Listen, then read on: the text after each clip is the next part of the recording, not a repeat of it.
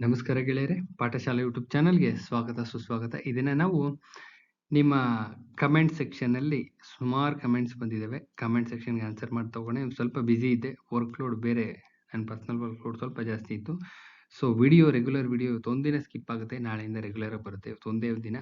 So comment ಸೆಕ್ಷನ್ನಲ್ಲಿ ತುಂಬಾನೇ ವಾಟ್ಸಪ್ಪಲ್ಲಿ ಎಲ್ಲ ಕಡೆ ತುಂಬಾನೇ ಮೆಸೇಜಸ್ ಇದ್ದಿದ್ದರಿಂದ ಸುಮಾರು ಸಿಮಿಲರ್ ಕ್ವಶನ್ಸ್ ಇದ್ದು. ಸೊ ಎಲ್ಲರಿಗೂ ರಿಪ್ಲೈ ಮಾಡೋದು ಸ್ವಲ್ಪ ಕಷ್ಟ ಅನ್ನಿಸ್ತು. ಅದಕ್ಕೆ ಒಂದು ವಿಡಿಯೋ ಸಿಂಪಲ್ ಆಗಿ ಒಂದು ವಿಡಿಯೋ ಮಾಡಕ್ರೆ ಎಲ್ಲರಿಗೂ ಅರ್ಥ ಆಗುತ್ತೆ ಅಂತೇಳಿ ಒಂದು ಇದಕ್ಕೆ ಸಂಬಂಧಪಟ್ಟಂಗೆ ಕೊಡಗು, ಮಂಡ್ಯ, ಚಿಕ್ಕಮಗಳೂರು ಎಲ್ಲದಕ್ಕೂ ಸಂಬಂಧಪಟ್ಟ ಹಾಗೆ ಒಂದು ವಿಡಿಯೋ ಮಾಡಾಕೋಣ ಅಂತ ಅನಿಸ್ತು, ಆಗ್ತಾ ಇದೀವಿ.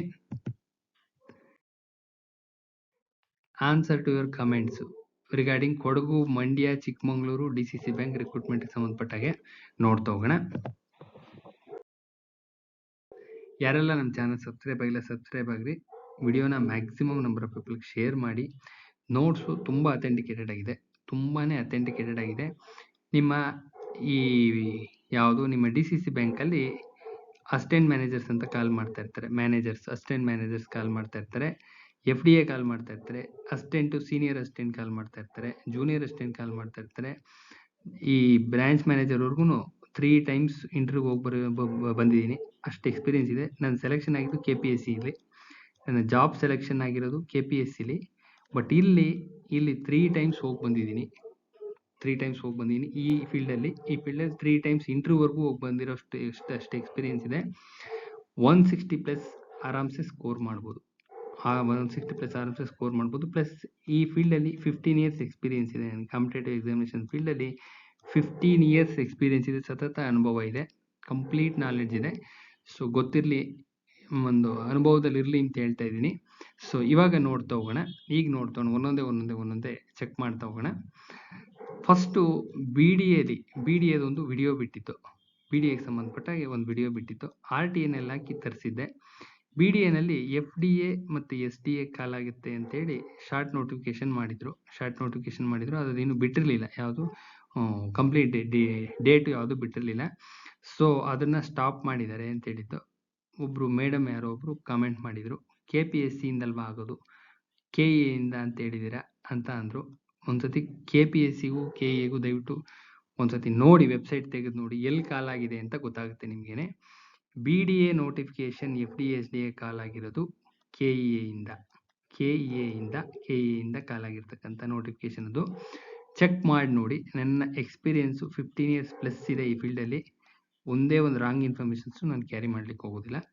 ದಯವಿಟ್ಟು ಒಂದ್ಸತಿ ಚೆಕ್ ಮಾಡಿ ನೋಡಿ, ಇಮಿಡಿಯೇಟ್ಲಿ ಈಗಲೇ ಚೆಕ್ ಮಾಡಿ ನೋಡಿ. ವಿಡಿಯೋ ಚೆಕ್ ಬಂದ ತಕ್ಷಣ ಚೆಕ್ ಮಾಡಿ ನೋಡಿ.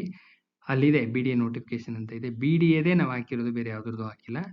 KPSC ಇಂದನೂ FDA SDA ಕಾಲ್ ಆಗುತ್ತೆ, 100% ಆಗುತ್ತೆ. ಅದೇ ಬೇರೆ, ಅದು ಎಲ್ಲ ಡಿಪಾರ್ಟ್ಮೆಂಟು ಕಾಲ್ ಆಗುತ್ತೆ. ಎಲ್ಲ ಸುಮಾರು ಒಂದು 60ರಿಂದ 70 ಡಿಪಾರ್ಟ್ಮೆಂಟ್ಸು ಒಟ್ಟಿಗೆ ಕಾಲ್ ಮಾಡ್ತಾರೆ. ಐ ಥಿಂಕ್ ಮಾರ್ಚಲ್ಲಿ ಕಾಲ್ ಆಗುತ್ತೆ. FDA SDA ಎರಡೂ ಕಾಲ್ ಆಗುತ್ತೆ. ಅದು ಬೇರೆ ಡಿಪಾರ್ಟ್ಮೆಂಟು. ನಾವು ಹಾಕಿರೋದು BDAಗೆ ಸಂಬಂಧಪಟ್ಟಾಗ ಹಾಕಿರ್ತಕ್ಕಂಥದ್ದು. KA ಕೊಟ್ಟಿದ್ದಾರೆ, ತಕ್ಷಣಕ್ಕೆ ಸ್ಟಾಪ್ ಮಾಡಿದ್ದಾರೆ. ಇದು ಒಂದು ಕ್ಲಾರಿಫೈ ಆಯಿತು. ಇನ್ನು ಇನ್ನೊಬ್ರು ಕೇಳಿದ್ರು ಏನು ಕ್ವಾಲಿಫಿಕೇಶನ್ ಏನು ಸರ್? ನಿಮ್ಮ ಕೊಡಗುನಲ್ಲಿ ಕಾಲಾಗಿರ್ತಕ್ಕಂಥದ್ದು SDA ಪೋಸ್ಟ್ ಕಾಲಾಗಿದೆ. ಏನು ಕ್ವಾಲಿಫಿಕೇಶನ್ ಏನಪ್ಪಾ ಅಂದ್ರೆ ವಾಣಿಜ್ಯೇತರ ಯಾರಾದ್ರೂ ಪದವಿ ಪಡೆದಿದ್ರೆ, ವಾಣಿಜ್ಯೇತರ ಅಂತ ಅಂದ್ರೆ ಏನು? ಸಿಂಪಲ್ ಆಗಿ ವಾಣಿಜ್ಯೇತರ ಅಂದ್ರೆ ಆರ್ಟ್ಸು ಪ್ಲಸ್ ಸೈನ್ಸು ಅಂತ. ವಾಣಿಜ್ಯೇತರ ಅಂದ್ರೆ ಆರ್ಟ್ಸು ಪ್ಲಸ್ ಸೈನ್ಸ್ ಅಂತ. ಆರ್ಟ್ಸು ಪ್ಲಸ್ ಸೈನ್ಸ್ನವ್ರಿಗೆ 55% ಇರಬೇಕು. ಇನ್ನ 50% ನಿಮ್ಮ ವಾಣಿಜ್ಯ ಪದವಿ ಅಂದ್ರೆ BCom ಕಾಮರ್ಸ್ ಪದವಿಗೆ 50% ಇದ್ರೆ ಸಾಕಾಗುತ್ತೆ. ಆರ್ಟ್ಸು ಪ್ಲಸ್ ಸೈನ್ಸ್ಗೆ 55% ಇರಬೇಕು. ಆರ್ಟ್ಸು ಪ್ಲಸ್ ಸೈನ್ಸ್ಗೆ 55 ಇರಬೇಕು.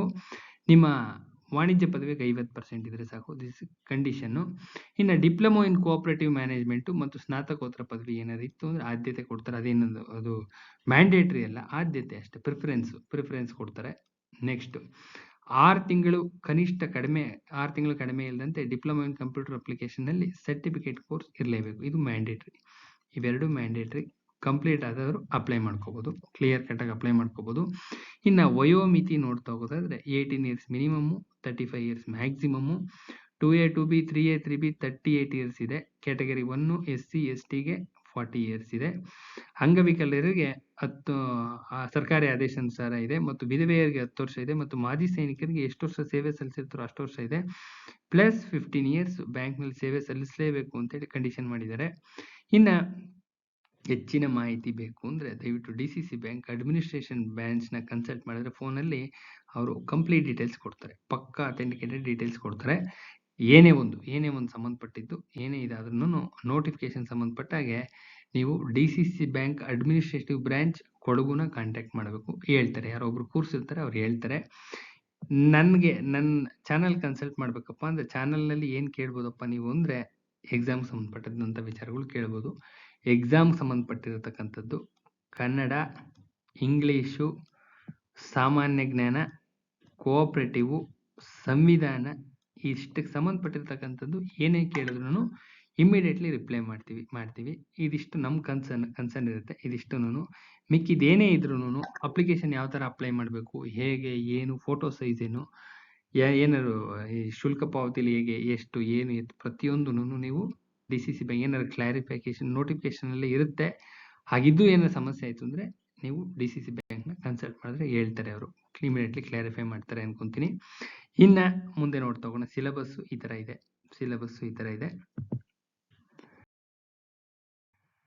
ಇನ್ನು ನೆಕ್ಸ್ಟ್ ಕಮೆಂಟ್ಸು ನಾನು ವಾಟ್ಸಪ್ಗೆ ಬಂದಿದ್ದು ಆನ್ಲೈನ್ ಕ್ಲಾಸಸ್ ಮಾಡಿಕೊಡಿ ಅಂತ. PDF ಮೆಟೀರಿಯಲ್ ಬೇಕು ಅಂತ ಕೇಳಿದರು. Online classes plus test series ಇರುತ್ತಾ ಅಂತ. ಸೊ 15 ಇಯರ್ಸ್ ಎಕ್ಸ್ಪೀರಿಯನ್ಸ್ ಇದೆ. 3 ಟೈಮ್ಸ್ ನಾನು ಇಂಟರ್ವ್ಯೂಗೆ ಹೋಗಿ ಬಂದಿದ್ದೀನಿ. ನಾನು ಸೆಲೆಕ್ಷನ್ ಆಗಿ ವರ್ಕ್ ಮಾಡ್ತಾ ಇರೋದು ನಾನು KPSCಯಿಂದ. ನನ್ನ ಸೆಲೆಕ್ಷನ್ ಆಗಿದ್ದು KPSCಲಿ. ಬಟ್ ಇಲ್ಲಿ ನಾನು ಬರೆದಾಗ 3 ಟೈಮ್ಸ್ ಮ್ಯಾನೇಜರ್ ಪೋಸ್ಟನ್ನೇ 3 ಸತಿ ಸೆಲೆಕ್ಷನ್ ಆಗಿತ್ತು. 3 ಸತಿ ಅಪ್ ಟು ಇಂಟರ್ವ್ಯೂವರೆಗೂ ಹೋಗಿತ್ತು. ಇಂಟರ್ವ್ಯೂವರೆಗೂ ತಗೊಳ್ಳಿ. ಇಂಟರ್ವ್ಯೂ ತಗೊಂಡ್ಮೇಲೆ ನಿಮಗೆ ಗೊತ್ತಾಗುತ್ತೆ ನೆಕ್ಸ್ಟ್ ಪ್ರೊಸೀಜರ್ ಏನಿದೆ ಅಂತ. ನೆಕ್ಸ್ಟ್ ಕ್ಲಾಸಸ್ ಸಪೋಸ್ ಮಾಡ್ತೀವಿ ಅಂದರೆ 2 ಮಂತ್ಸ್ ಡ್ಯೂರೇಷನ್ ಇರುತ್ತೆ. 2 ಮಂತ್ಸ್ ಇರುತ್ತೆ. 2 ಮಂತ್ಸಲ್ಲಿ ಮುಗಿಸ್ಕೊಡ್ತೀವಿ.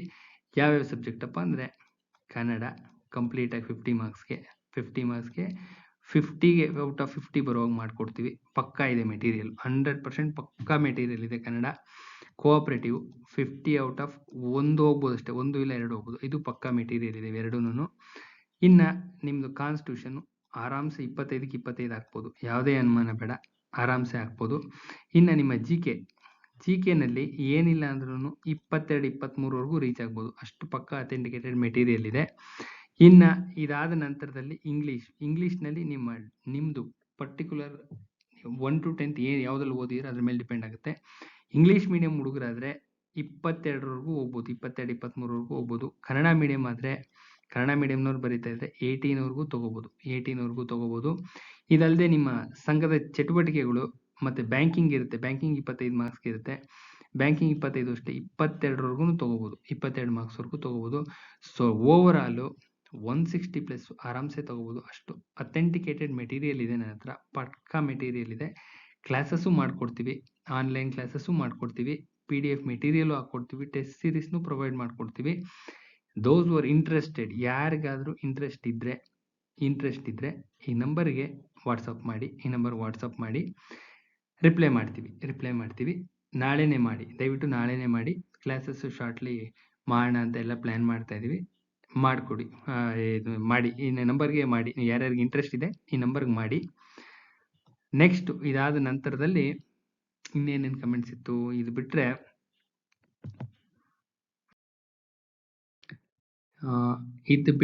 ಇನ್ನು ಸಬ್ಜೆಕ್ಟ್ ಸಂಬಂಧಪಟ್ಟಂಗೆ ಕೇಳಿದರು. ಸಬ್ಜೆಕ್ಟ್ ಸಂಬಂಧಪಟ್ಟಂಗೆ ಕನ್ನಡ ಆಗಿರಲಿ, ನಿಮ್ಮ ಕೋಆಪರೇಟಿವ್ ಆಗಿರಲಿ, ನಿಮ್ಮ ಕಾನ್ಸ್ಟಿಟ್ಯೂಷನ್ ಆಗಿರಲಿ, ಯಾವೂನು ಎಲ್ಲಾನು ನೋಡಿ. ಇದು ಕನ್ನಡ ಔಟ್ ಆಫ್ ಔಟ್ ತೊಗೋಬೋದು. ಕೋಆಪರೇಟಿವ್ ಆಲ್ಮೋಸ್ಟ್ 1-2 ಹೋಗುತ್ತೆ. ಕಾನ್ಸ್ಟಿಟ್ಯೂಷನ್ ಅಷ್ಟೇ 3ರಲ್ಲೇನೆ 125ಕ್ಕೆ ಮ್ಯಾಕ್ಸಿಮಮ್ ಸ್ಕೋರ್ ಮಾಡ್ಕೋಬೇಕು. ಮ್ಯಾಕ್ಸಿಮಮ್ ಸ್ಕೋರ್ ಮಾಡಿಕೊಂಡ್ರೆ ಪಕ್ಕ ಒಳಗಡೆ ಇರ್ತೀವಿ. ಇಂಟರ್ವ್ಯೂ ಕ್ವಾಲಿಫೈ ಆದರೆ ಆಗಬೇಕು ಅಂದರೆ ಇದೇ ಐಡಿಯಾ ಬೇಸಿಸ್ ಮೇಲೆ ವರ್ಕ್ ಮಾಡಬೇಕು. ಟೆಸ್ಟ್ ಸೀರೀಸ್ ಮಾಡ್ಕೊಳ್ಳಿ ನೀಟಾಗಿ. ಒಂದು ನಿಮ್ಮ ಮೇನ್ ಕೋಆಪರೇಟಿವ್ ಪೇಪರ್ ಇದೆಯಲ್ಲ, ಈ ಪೇಪರ್ 2ರಿಂದ 2,500 questions model question papers plus notes ಇಷ್ಟನ್ನು ಅಟೆಂಡ್ ಮಾಡಿದ್ರೆ ವರ್ಕೌಟ್ ಆಗುತ್ತೆ. ಕನ್ನಡ ಓದ್ಲಿಕ್ಕೆ ಬೇರೆನೇ ಮೆಥಡ್ ಇದೆ. ಔಟ್ ಆಫ್ ಔಟ್ ಆರಾಮ್ಸೆ ಹೊಡಿಬೋದು. ಕಾನ್ಸ್ಟಿಟ್ಯೂಷನ್ ಅಷ್ಟೇ. ಇದನ್ನ ಆಲ್ಮೋಸ್ಟ್ ನೀವು 125ಕ್ಕೆ ಏನೋ ಒಂದು 3ರಿಂದ 120ವರೆಗೂ ಸ್ಕೋರ್ ಮಾಡ್ಕೋಬೋದು, ಆರಾಮ್ಸೆ ಮಾಡ್ಬೋದು. 120ವರೆಗೂ ಏನು ಮೋಸ ಇಲ್ಲ. 120ವರೆಗೂ ಮಾಡ್ಕೊಂಡ್ರೆ ಫುಲ್ ಟಾಪ್ ಸ್ಕೋರಿಂಗ್ ಹೊರ್ಟೋಗುತ್ತೆ. ಇಂಟರ್ವ್ಯೂನಲ್ಲೇನು ಫ್ರೀ ಆಫ್ ಕಾಸ್ಟ್ ಆಗೋ ಚಾನ್ಸಸ್ಸು ಇರುತ್ತೆ. ಫ್ರೀ ಆಫ್ ಕಾಸ್ಟ್ ತುಂಬ ಹೈ ಸ್ಕೋರಿಂಗ್ ಇತ್ತು ಅಂದರೆ ಫ್ರೀ ಆಫ್ ಕಾಸ್ಟ್ ಜಾಬ್ ಆಗೋ ಚಾನ್ಸಸ್ ಎಲ್ಲ ಚಾನ್ಸಸ್ ಇರುತ್ತೆ. ಸೊ ಯಾರಿಗೆ ಇಂಟ್ರೆಸ್ಟ್ ಇದೆ ಬೆಳಗ್ಗೆ ಅಷ್ಟರಲ್ಲಿ ಕಾಮೆಂಟ್ ಮಾಡಿ. ನಿಮ್ಮ ವಾಟ್ಸಪ್ ನಂಬರ್ ಇದೆ, ವಾಟ್ಸಪ್ಪಲ್ಲಿ ಮೆಸೇಜ್ ಮಾಡಿ. ಯಾರಿಗೆ ಇಂಟ್ರೆಸ್ಟ್ ಇದೆ ವಾಟ್ಸಪ್ಪಲ್ಲಿ ಮೆಸೇಜ್ ಮಾಡಿ, ರಿಪ್ಲೈ ಮಾಡ್ತೀವಿ ಅಂತ ಹೇಳ್ತಾ, ನಾಳೆಯಿಂದ ವಿಡಿಯೋಸ್ ಅಪ್ಲೋಡ್ ಆಗ್ತವೆ. ನಾಳೆಯಿಂದ ಕಂಟಿನ್ಯೂಸ್ ಆಗಿ ಅಪ್ಲೋಡ್ ಆಗ್ತವೆ. ಸೊ ಇಷ್ಟು ಹೇಳಿ ಇನ್ಯಾವುದೇ ಕಮೆಂಟ್ಸ್ ಬಿಟ್ಟಿಲ್ಲ ಅನ್ಕೊತೀನಿ. ಆಲ್ಮೋಸ್ಟ್ ಎಲ್ಲ ಕಮೆಂಟ್ಸ್ ಕವರ್ ಆಗಿದ್ದಾವೆ. ಸೊ ಇನ್ಯಾರ್ದಾರು ಏನಾದ್ರು ಸಮಸ್ಯೆಗಳಿದ್ರೆ ರಿಲೇಟೆಡ್ ಟು ನೋಟ್ಸು ಎಕ್ಸಾಮಿನೇಷನ್ ಸಂಬಂಧಪಟ್ಟಂಗೆ, ನಿಮ್ಮ ನೋಟಿಫಿಕೇಶನ್ ಸಂಬಂಧಪಟ್ಟಂಗೆ DCC ಬ್ಯಾಂಕ್ ಕಾಂಟ್ಯಾಕ್ಟ್ ಮಾಡಿ ಅಂತ ಹೇಳ್ತಾ ವಿಡಿಯೋನ ಎಂಡ್ ಮಾಡ್ತಾ ಇದ್ದೀನಿ. ನಾಳೆ ಇನ್ನೊಂದು ವಿಡಿಯೋ ಜೊತೆ ಬರ್ತೀನಿ. ನಮಸ್ಕಾರ.